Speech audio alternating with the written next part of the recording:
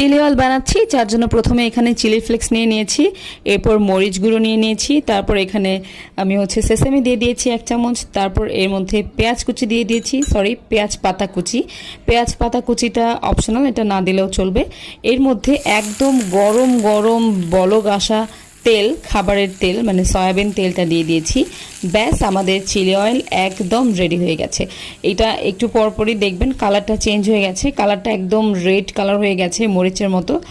তো এই আমাদের চিলি অয়েলটা রেডি। এখন এই চিলি অয়েলটা আপনারা যে কোনো খাবারে ব্যবহার করতে পারবেন, মোমোজ খাওয়ার সময় ব্যবহার করতে পারবেন। তো এখন আমি মোমোর জন্য যেই সসটা আছে সেটা তৈরি করছি। এখানে সয়া সস নিয়ে নিয়েছি, লাইট সয়া সস নিয়ে নেবেন। তারপর এখানে 1 চামচ রসুন দিয়ে দিবেন, রসুন কুচি। তারপর এর মধ্যে দিয়ে দিবেন সেই বানানো চিলি অয়েলটা। এই চিলি অয়েলটা দিয়ে আপনারা নুডলসের মধ্যেও দিতে পারেন, পাস্তার মধ্যে দিতে পারেন। এটার টেস্টটা একটু ডিফারেন্ট হয়।